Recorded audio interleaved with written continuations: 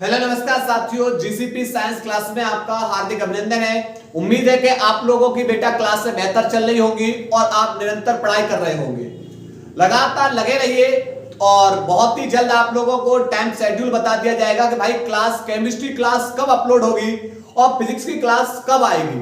Clear? क्योंकि बेटा अभी हम लाइव नहीं आ सकते हैं, क्योंकि लाइव आने के लिए बेटा हमारे पास अभी बहुत सी असुविधा है। क्लियर? जैसे हमारे पास अभी बेटा डिजिटल बोर्ड नहीं है, तो जिसके कारण हम बेटा अभी लाइव क्लास नहीं दे सकते हैं। यानी बहुत से हमारे पास अभी बेटा यहां पर समस्याएं हैं जिसके कारण हम लाइव क्लास नहीं आ पाएंगे। लेकिन हाँ, उम्मीद जरूर करेंगे कि हम लाइव क्लास को बहुत ही जल्द लेकर आए। ठीक है, लाइव क्लास को बहुत ही जल्द लेकर आए, क्योंकि बेटा उसके बाद फिर हमें अनसॉल्व पेपर भी तो कराने हैं, फिजिक्स के और केमिस्ट्री दोनों के बेटा प्रीवियस ईयर के अनसॉल्व पेपर भी कराने हैं। 2024 के अपलोड हैं, 2025 के कराने हैं। उसके बाद फिर बेटा वन शॉट वीडियो लेकर भी आनी आप लोगों की।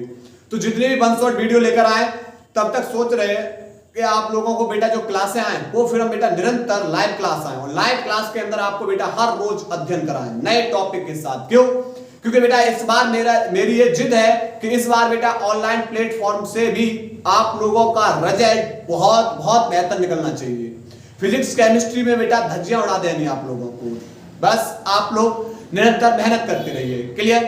तो चलते हैं हम अपने बेटा टॉपिक की ओर। और जैसा कि चैप्टर नंबर 2 के आधे पार्ट के अंदर हम अध्ययन कर रहे हैं विद्युत विभव एवं विभवांतर का, उसके बाद बेटा आधे पार्ट के अध्ययन करेंगे संधारित्र एवं धारिता का। क्लियर? और चिंता ना करिए, फिजिक्स बहुत अच्छे ढंग से बेटा कवर होगी। नो टेंशन होके आप लोग बेटा पढ़ाई करिए। ठीक है? अब देखो, जैसा कि बेटा आपको बोर्ड पर दिखाई दे रही है हेडिंग, वैद्युत क्षेत्र में वैद्युत द्विध्रुव की स्थिति ऊर्जा। इससे पहले बेटा हमने हेडिंग पढ़ी थी, पिछले लेक्चर के अंदर पढ़ी थी, एक समान वह वैद्युत क्षेत्र में वैद्युत द्विध्रुव को घुमाने में किया गया कार्य। क्लियर? तो समझो क्या है वैद्युत क्षेत्र में वैद्युत द्विध्रुव की स्थिति ऊर्जा। देखो, जो हमारा एक समान वैद्युत क्षेत्र होता है, उस वैद्युत क्षेत्र में वैद्युत द्विध्रुव को वैद्युत क्षेत्र के लंबवत घुमाने में किया गया कार्य क्या कहलाएगी? द्विध्रुव की स्थिति ऊर्जा कहलाती है। हमने क्या बताया? वैद्युत क्षेत्र में वैद्युत द्विध्रुव को वैद्युत क्षेत्र के लंबवत घुमाने में किया गया कार्य क्या कहलाएगी? बेटा कहलाएगी वैद्युत द्विध्रुव की स्थितिज ऊर्जा। देखो कैसे समझो, यह हमारा बेटा वैद्युत क्षेत्र है, यह हमारा क्या है? वैद्युत क्षेत्र है। और इस वैद्युत क्षेत्र में जो वैद्युत द्विध्रुव है, यह हमारा वैद्युत क्षेत्र है। और इस वैद्युत क्षेत्र में जो वैद्युत द्विध्रुव है वो कैसा है? लंबवत है। कैसा है ये बेटा? लंबवत। प्लस क्यू माइनस क्यू, दोनों आवेशों के बीच की दूरी कितनी है? 12 है। क्लियर? तो अभी बेटा देखो, यहां पर थीटा बराबर कितना आप बोलोगे? 90 है। तो वैद्युत क्षेत्र में जो वैद्युत द्विध्रुव है, ये वैद्युत द्विध्रुव कैसा है? लंबवत है। क्लियर? और इस वैद्युत द्विध्रुव को वैद्युत क्षेत्र में वैद्युत द्विध्रुव को इस लंबवत घुमाने में किया गया कार्य, लंबवत घुमाने में किया गया कार्य, वही क्या कहलाएगा? द्विध्रुव की स्थितिज ऊर्जा।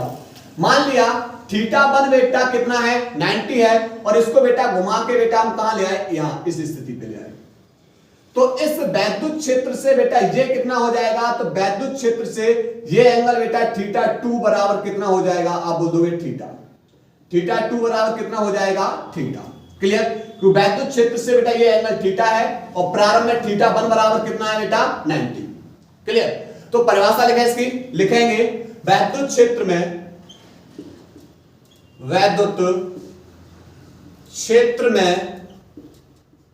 वैद्युत द्विध्रुव को किसके लंबवत? वैद्युत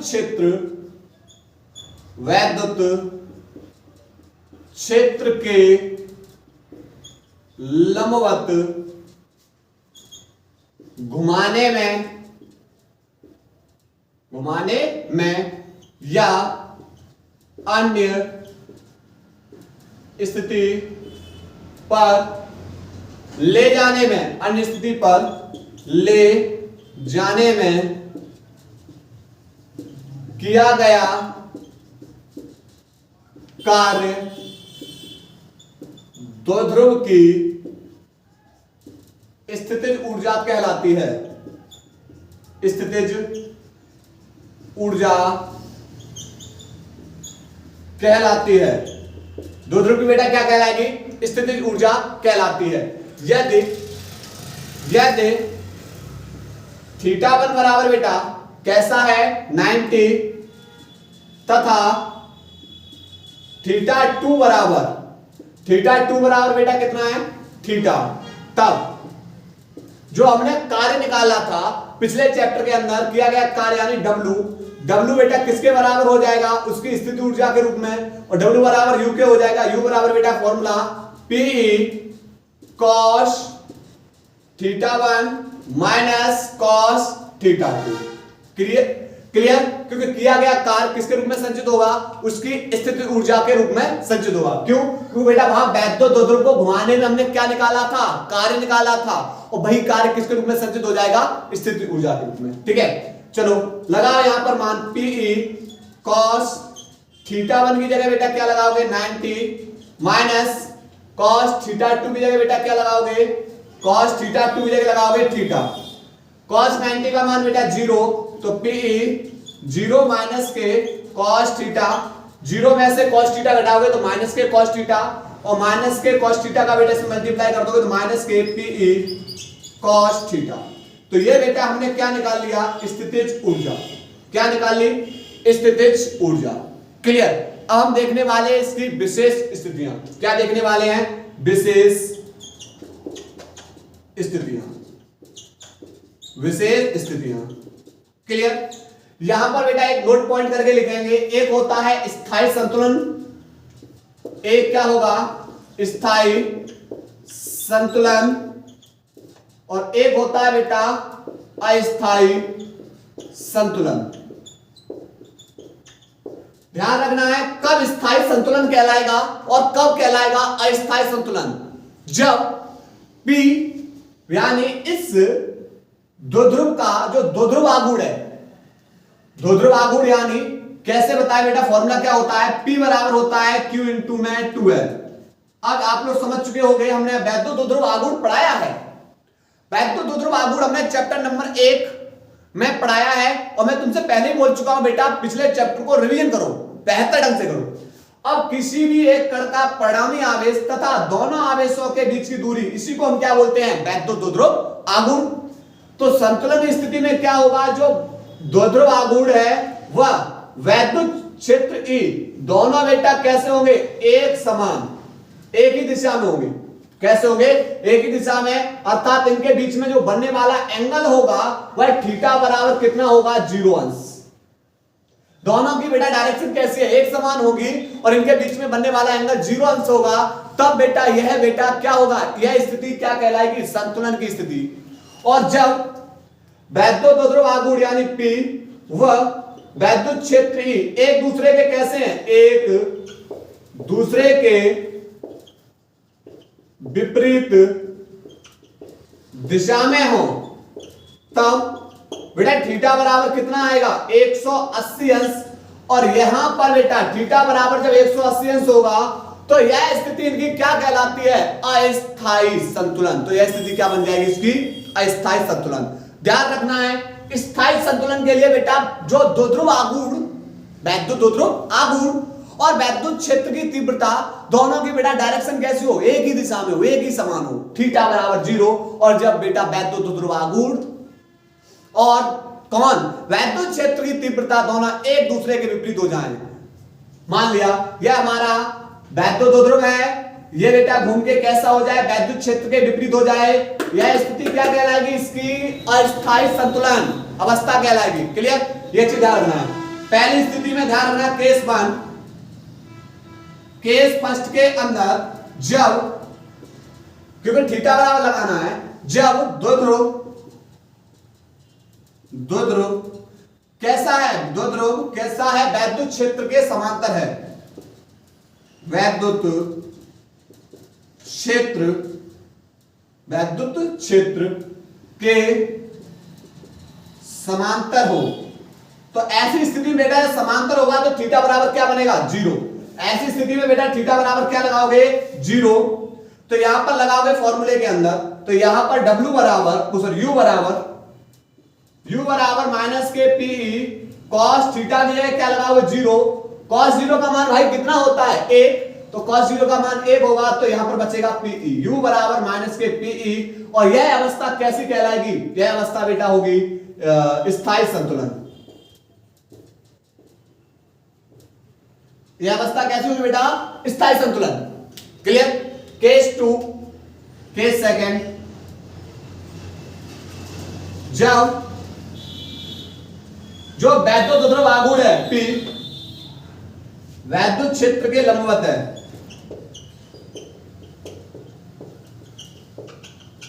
वैद्युत क्षेत्र के लंबवत है, तब लंबवत है तो बेटा थीटा बराबर कितना होगा 0, लंबवत है तो थीटा बराबर 90 अंश। क्लियर। लगाओ यहां पर U बराबर माइनस के पीई कॉस और 90, थीटा इधर कितना लगाओगे भाई, थीटा इधर कितना लगाओगे 90। क्यों, क्योंकि भैया ये जो वैद्युत क्षेत्र है इसके लंबवत है वैद्युत ध्रुव, थीटा बराबर 90 कॉस 90 0, तो बेटा ये 0 हो जाएगा, ये कैसा हो जाएगा 0। केस थर्ड,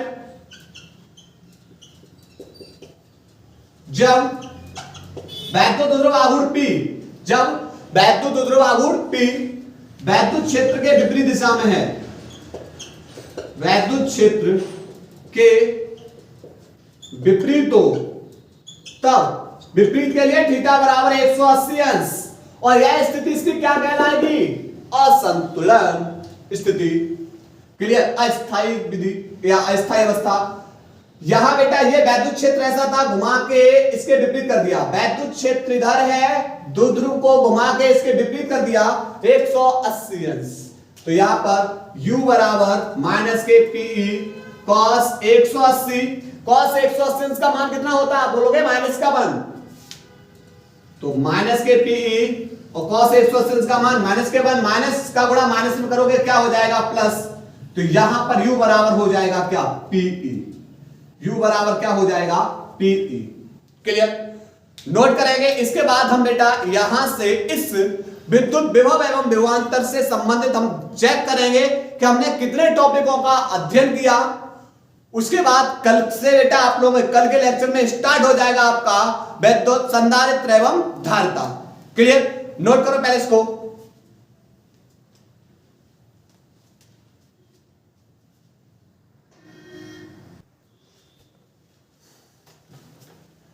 अब बेटा देखते हैं कि भैया इस पार्ट 1 से कितना अध्ययन किया है। क्लियर। अब कल पढ़ेंगे बेटा इसी चैप्टर का पार्ट 2। क्लियर। तो यहां पर पार्ट 1 से अध्ययन, किससे बेटा पार्ट 1 से क्या क्या अध्ययन किया समझो। देखो सबसे पहले बेटा हमने पढ़ा विद्युत विभव के बारे में, विद्युत विभव के बारे में। विद्युत विभव के बारे में हमने क्या पढ़ा कि भैया आवेश को कहां से लेकर आ रहे थे, अनंत से वैद्युत क्षेत्र के भीतर किसी बिंदु तक लाने में जो किया गया कार्य था वह उस बिंदु पर क्या कहलाएगा, वैद्युत विभव कहलाता है। और इससे बेटा किससे लिखते हैं, B से, और B बराबर बेटा फॉर्मूला था W/Q0, B बराबर W/Q0। अगर हम बात करें इसकी राशि की, राशि बेटा कैसी थी, अदिश राशि है। क्लियर। बात करें इसके मात्रक की, SI मात्रक बेटा इसका हो जाएगा जूल प्रति कूलम या वोल्ट, जूल प्रति कूलम या वोल्ट। बात करें इसकी विमा की, तो इसकी विमा थी कार्य की विमा ml2 T-2 बट्टे आवेश की विमा बेटा 80। ये सब कुछ बेटा पढ़ा चुके हैं बेसिक क्लास के अंदर। क्लियर। हमने आपसे पहले बोल दिया कि भाई आपकी क्लास 11 कैसी थी मुझे नहीं पता, लेकिन क्लास 12 को बेहतरीन बनाना है, और बेहतरीन बनाना है तो बेटा बेहतर काम करना होगा। बेहतरीन के लिए बेहतर काम करना होता है। और ध्यान रखो बेटा जब बेहतर अपने आप को खुद को बेहतरीन बनाना है तो बेहतर काम करिए। आपको बेटा प्लेलिस्ट में जाकर एक तरफ से जितनी भी वीडियो है कंप्लीट कर लीजिए। क्लियर। देखो तब जाके आप लोग बेटा स्ट्रॉन्ग फिजिक्स बेटा आपकी स्ट्रॉन्ग, और ऐसी अगर केमिस्ट्री को भी पढ़ना है तो मेहनत करते रहिए। ठीक है। देखो L2 T प्लस का एक ऊपर जाए माइनस का एक, तो T माइनस के 3 और A माइनस के 1। क्लियर। उसके बाद 1 वोल्ट विभव की परिभाषा पढ़ी थी, और क्या पढ़ी थी कि 1 वोल्ट विभव की परिभाषा क्या थी कि भैया 1 कूलम आवेश को अनंत से वैद्युत क्षेत्र के भीतर ले जाने में किया गया कार्य 1 जूल हो तो उस बिंदु पर विभव कितना वोल्ट होगा? 1 वोल्ट। क्लियर। वैद्युत विभव। उसके बाद बेटा विद्युत विभवांतर, विद्युत विभवांतर। विद्युत विभवांतर बेटा क्या था? विद्युत विभवांतर में वैद्युत क्षेत्र में आवेश को एक बिंदु से दूसरे बिंदु तक ले जाने में किया गया कार्य उन दो बिंदुओं के बीच क्या कहलाता था? विद्युत विभवांतर। इसे किससे लिखते हैं भाई? इसे लिखते हैं डेल्टा V से। डेल्टा V बराबर W अपॉन Q नॉट। उसके बाद मात्रक, विमा, राशि, शेल। ठीक है। उसके बाद फिर हमने बेटा पढ़ा किसको? एक इलेक्ट्रॉन वोल्ट के बारे में। एक इलेक्ट्रॉन वोल्ट यह ऊर्जा एवं कार्य का कैसा मात्रक है? सबसे यह छोटा मात्रक है, अत्यधिक छोटा मात्रक है। ठीक है, अत्यधिक छोटा मात्रक है। और यहां पर एक इलेक्ट्रॉन वोल्ट बराबर था बेटा 1.6 गुणा 10⁻⁻19 जूल। परिभाषा हमने बताई थी बेटा कि एक इलेक्ट्रॉन वोल्ट वह कार्य है जो किसी इलेक्ट्रॉन को एक बिंदु से दूसरे बिंदु तक ले जाने में किया जाता है, तथा उन दोनों बिंदुओं के बीच विभवांतर कितना होता है? 1 वोल्ट होता है। ठीक। उसके बाद हमने पढ़ा था बिंदु आवेश के कारण, बिंदु आवेश के कारण किसी बिंदु पर विभव, बिंदु आवेश के कारण किसी बिंदु पर विभव। इसके लिए फॉर्मूला निकाल के दिया था आप लोगों को, V बराबर 1/4 pi epsilon not Q upon R। R हमारा है आवेश से बिंदु तक की दूरी। अगर हमें किसी भी बिंदु आवेश के कारण बिंदु विभव की गणना करनी है तो इसके लिए फॉर्मूला ये होता है। क्लियर। ध्यान रखना बेटा इस चीज के बारे में। यही चीज बस आपको रिवील करनी होती है, यही चीज आपको क्या करनी होती है बेटा? रिवीजन। ठीक है। उसके बाद हमने बेटा पढ़ा था अच्छी स्थिति में, अच्छी स्थिति में विभव। अच्छी स्थिति में विभव बेटा क्या फॉर्मूला निकला था? V बराबर निकला था 1/4 pi epsilon not P upon R square. अच्छी स्थिति में बेटा विद्युत विभव, इसके लिए फॉर्मूला था। ठीक। वेरी इंपॉर्टेंट आपकी ये डेरिवेशन है, बोर्ड एग्जाम में बेटा पूछी जाती है कहीं ना कहीं प्रतिवर्ष के लिए। तो ये बेटा बोर्ड एग्जाम के लिए आपके लिए बेटा महत्वपूर्ण है। बोर्ड एग्जाम की दृष्टि से कैसी है ये हेडिंग? महत्वपूर्ण है। ठीक। उसके बाद फिर हमने बेटा पढ़ा था निरक्षीय स्थिति में विभव। बेटा निरक्षीय स्थिति में विभव कितना होता है? V बराबर 0। क्लियर। उसके बाद हमने पढ़ा था वैद्युत द्विध्रुव के कारण, किसके कारण? ये बिंदु आवेश के कारण था। यहां बेटा है वैद्युत ध्रुव के कारण किसी बिंदु पर विभव। इसके लिए फॉर्मूला निकाल के दिया था V बराबर 1/4 pi epsilon not P cos theta बट्टे R square. Clear. cos theta बेटा निरक्षीय स्थिति में थीटा बराबर 0, अच्छी निरक्षीय स्थिति में थीटा बराबर 90 और अच्छी स्थिति में थीटा बराबर 0। ठीक। आपको जैसे एंगल निकालना है। उसके बाद बेटा हमने पढ़ा था समविभव पृष्ठ। समविभव पृष्ठ में ऐसा पृष्ठ जिसके प्रत्येक बिंदु पर विभव कैसा हो? समान हो, समविभव पृष्ठ कहलाता है। क्या बताया भाई? ऐसा पृष्ठ जिसके प्रत्येक बिंदु पर विभव समान होता है क्या कहलाएगा? समविभव पृष्ठ। क्लियर। उसके बाद बेटा हमने पढ़ा था विभव प्रवणता। विभव प्रवणता बराबर क्या था? विभव में दूरी में परिवर्तन के साथ, दूरी में परिवर्तन के साथ विभव में परिवर्तन की दर को हम क्या बोलते हैं? विभव प्रवणता। दूरी में परिवर्तन के साथ विभव में परिवर्तन की दर को क्या बोलते हैं? विभव प्रवणता। क्लियर? और ये आपको डेरिवेशन हमने हल कराई थी। फॉर्मूला बेटा ये रहा। राशि बेटा यहां पर राशि लिख लेना। राशि बेटा ये सदिश राशि है। अगर राशि सदिश है तो दिशा निम्न विभव से उच्च विभव की ओर, उच्च विभव की ओर। ठीक है? और इसका मात्रक बता दोगे वोल्ट प्रति मीटर। क्वेश्चंस बना है यहां से बोर्ड एग्जाम से, क्वेश्चंस बना है यहां से बोर्ड एग्जाम से विभव प्रवणता का। इनकी कभी कभी बेटा परिभाषा पूछ ली जाती है, लेकिन क्वेश्चन यहां से बन जाता है। ये बेटा आपका बहुत बार प्रश्न बना हुआ है। ठीक है? उसके बाद बेटा यहां से अगर बात करें विमा की, देखो विभव बी की विभव बेटा ml2 t माइनस के 3 a माइनस के 1 बट्टे दूरी विमा क्या लगा दोगे? l। तो स्क्वायर से l काट दो तो यहां बचेगा ml t माइनस के 3 a माइनस के 1, a माइनस के 1। क्लियर? यहां तक नोट करिए, इसके बाद आगे बढ़ता रहा हूं। नोट करो पहले यहां तक।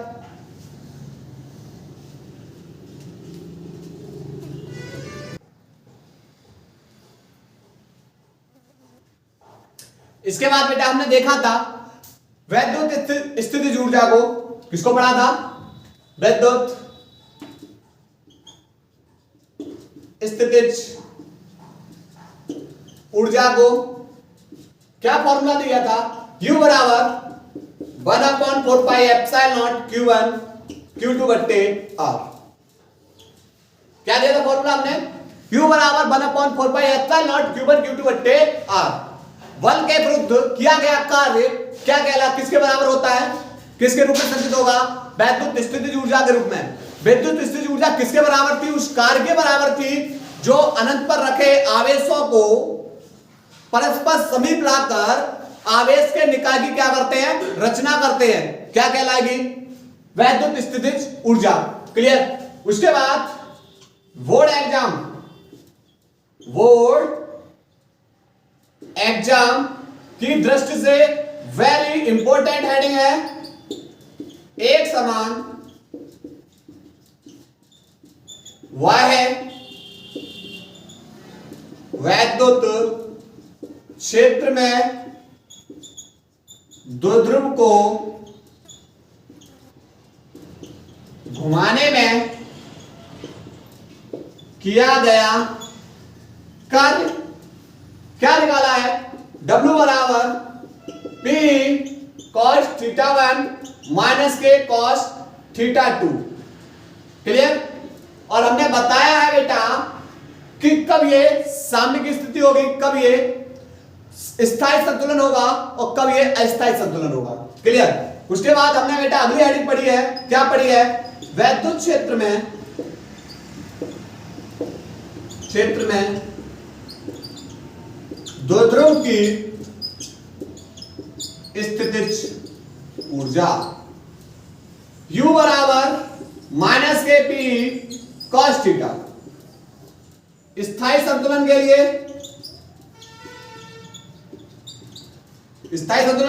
P व E के बीच बनने वाला एंगल कितना होना चाहिए? थीटा बराबर 0, सेम डायरेक्शन। और अस्थायी संतुलन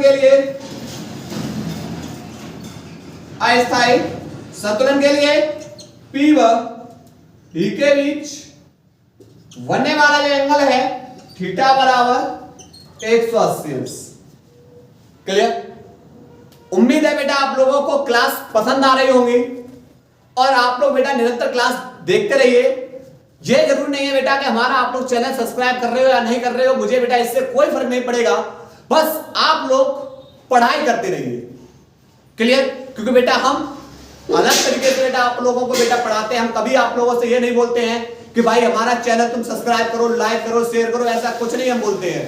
बस आप लोग बेटा पढ़ाई करो, ठीक है। हमारा मकसद है सिर्फ आप लोगों को पढ़ाना। हमारा मकसद ये नहीं है कि बेटा आए और बेटा बोले कि भाई लाइक को चैनल को सब्सक्राइब करो, लाइक करो। भाई नहीं, बिल्कुल कुछ मत करो, बस पढ़ाई करिए, इतना ही बहुत है हमारे लिए। आप लोग बेहतर रिजल्ट निकालिए। लगे बेटा कि हाँ, आप लोग जब जिस दिन बेटा यहां से, हमारे यहां से, इस चैनल से बेटा रिजल्ट को निकाल के लेकर जाओगे, खुशी उस दिन होगी। उस दिन हमारी सब मेहनत वसूल हो जाएगी कि हाँ, आप लोगों ने, भाई हमने आप लोगों के साथ वास्तविकता में मेहनत करी और आप लोगों ने रिजल्ट निकाला।